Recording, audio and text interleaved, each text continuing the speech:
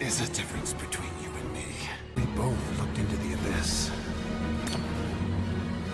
But when it looked back at us, you blinked.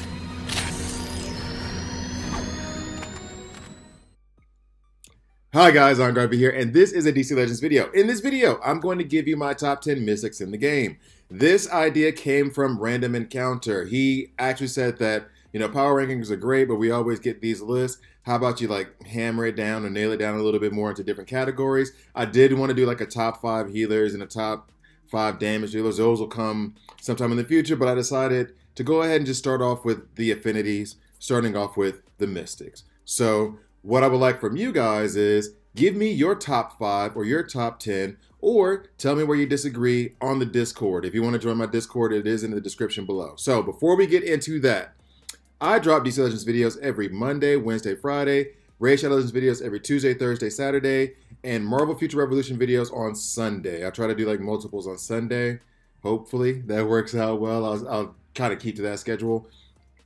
So please please subscribe, and if you don't like it, hit subscribe and hit dislike. I'm okay with that as well. So let's get into the list. I gotta be honest, I'm always kind of nervous when I do these lists. I got my little sheet here. I'm always nervous when I do these kinds of lists because nervous isn't the word. Anxious. I'm anxious for the response. I want to see what happens. I want to see. I've had some people give me disagreements. Okay, so the power rankings that I released last week, a lot of people pushed back on the Arcus versus or the Starfire over Arcus that I did, which I still hold to that. And there was one person who actually agreed with me, and so shout out to you. He actually agreed with everything on my list, which never happens on YouTube.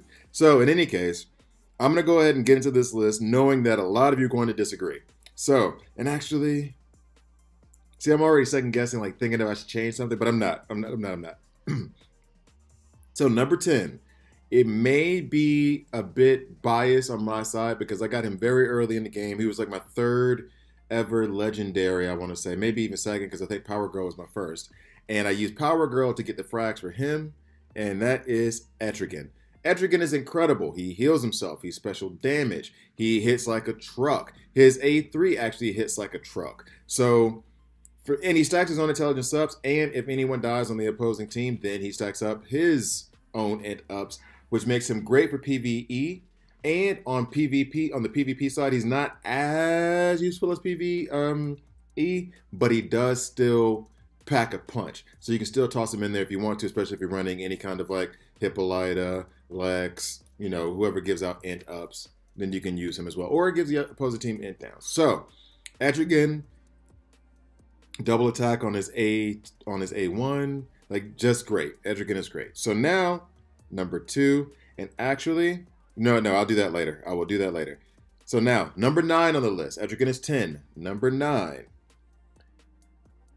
Enchantress. Now, Enchantress, one of her best abilities is the fact that now, since the rework, your team starts off with damage immunity and an overheal. And anytime she heals you, then there's a great chance that you're going to get an overheal. So she is one of the best healers in the game.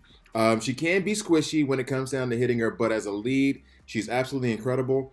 She would be used far more in PvP if it weren't for the fact that we have some great just great leads in general. But she is, I think, very, very underrated. So therefore, I put her at number 9. She might be, and I'm going to do that list, but I think she would probably be the second best healer in the game. I would probably give the best healer in the game to Lex just because of how his kit works. Second best might be Enchantress. So I think she's very, very underrated, very, very underutilized in the game.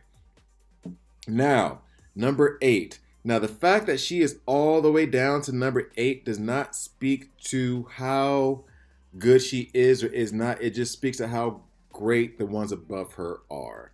So, number 8 is Wonder Girl. Now, Wonder Girl would have been, 6 months ago, 9 months ago, she probably would have been in the top 5 of this list.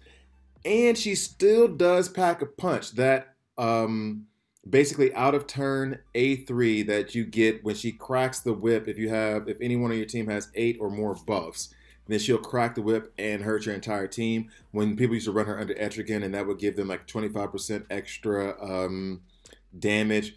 and she would still proc her A3, even though she was enraged and could only attack with her A1. It was devastating.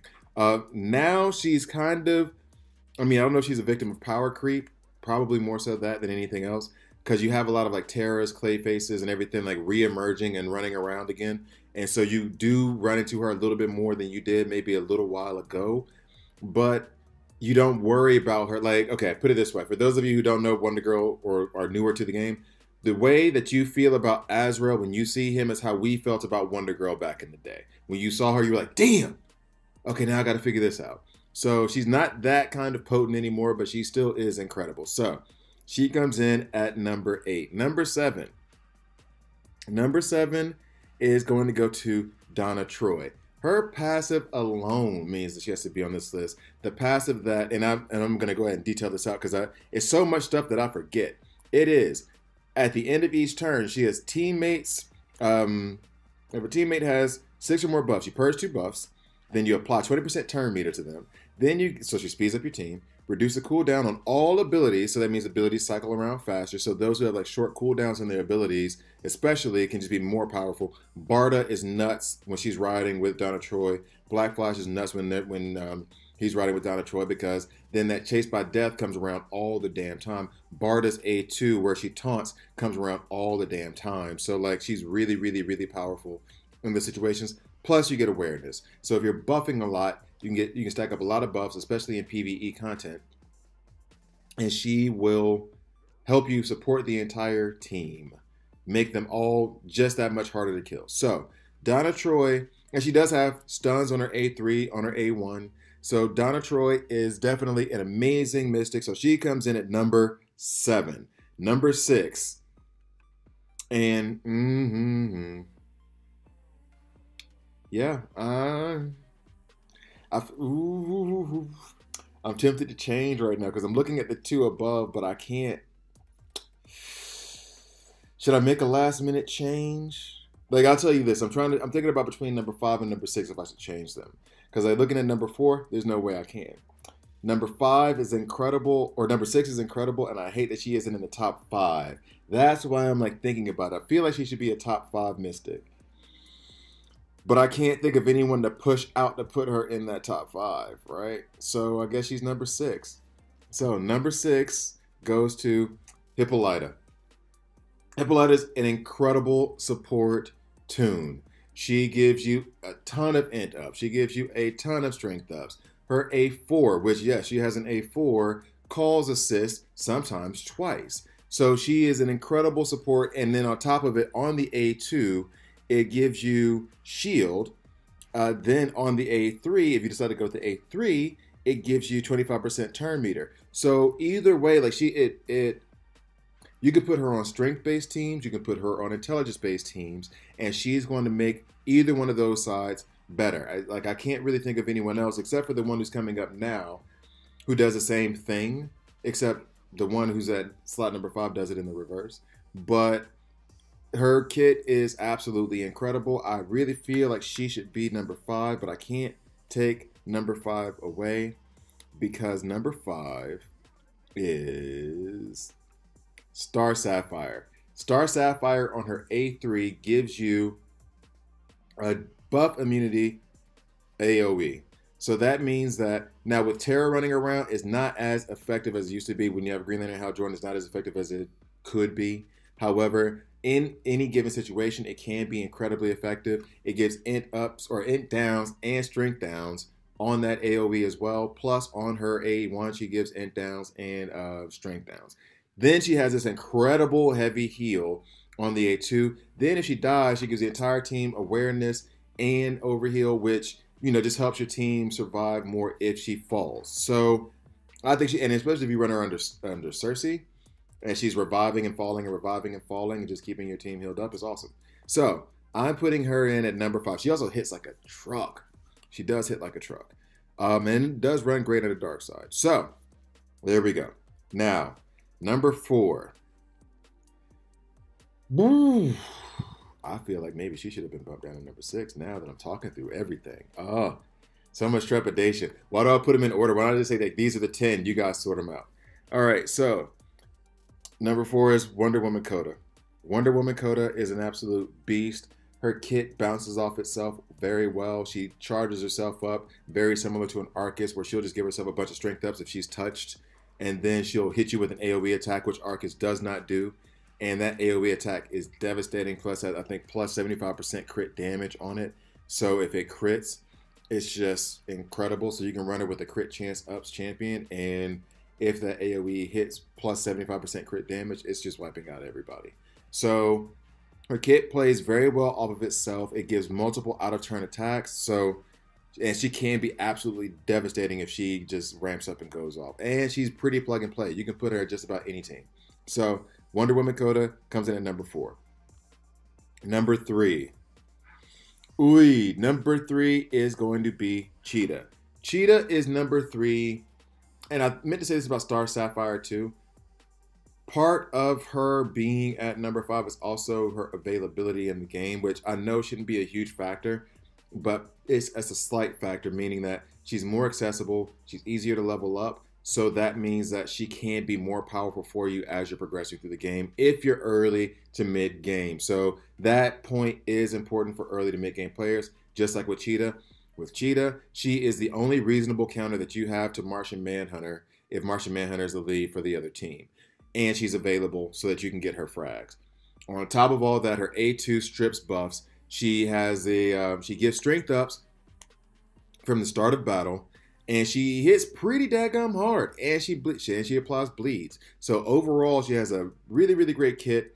And she plays second fiddle as a lead a lot of times in terms of like you have others that are better, but she is no slouch. She is incredible. So she comes in at number 3. Now, number 2 and number 1, you guys have probably already figured it out, so there's no like real suspense here. So number 2 is going to go to Darkseid. Absolutely incredible. Hits like a tank. He buffs himself on his A1, giving himself a ton of int ups. And it hits twice, so he's just smacking and smacking. It crunches bones. And then at leader, one of the best leader skills in the entire game, where 75% chance after each ally's turn that they will do another attack on a random enemy. It is absolutely incredible. He applies Doom. He gives you turn meter down. And he's great. Hits hard and is great. So that's number 2. And number 1 is kind of obvious. I mean, come on. Black Flash. Black Flash can just turn meter lock an entire team. All you need to do is get that 1 death. Or run him next to Donna Troy. That is how I got through the last 2 nodes of Nightmare Campaign if you didn't check out that video. So just his ability alone to turn meter lock down an entire team is incredible. He gets turn meter manipulation on his A3, turn meter manipulation and Doom on his A2, and then he does do solid damage. You don't bring him for damage, but he can do solid damage. And whenever you see him in a PvP team, you have to account for him. You have to. So, in any case, those are my top 10 mystics. I'm sure there's plenty of disagreements, so tell me where I'm wrong. Join the Discord. Let's open up the discussion. Comment in the section below. Thank you guys for watching all the way through. Please like, please subscribe, and I'll see you next time.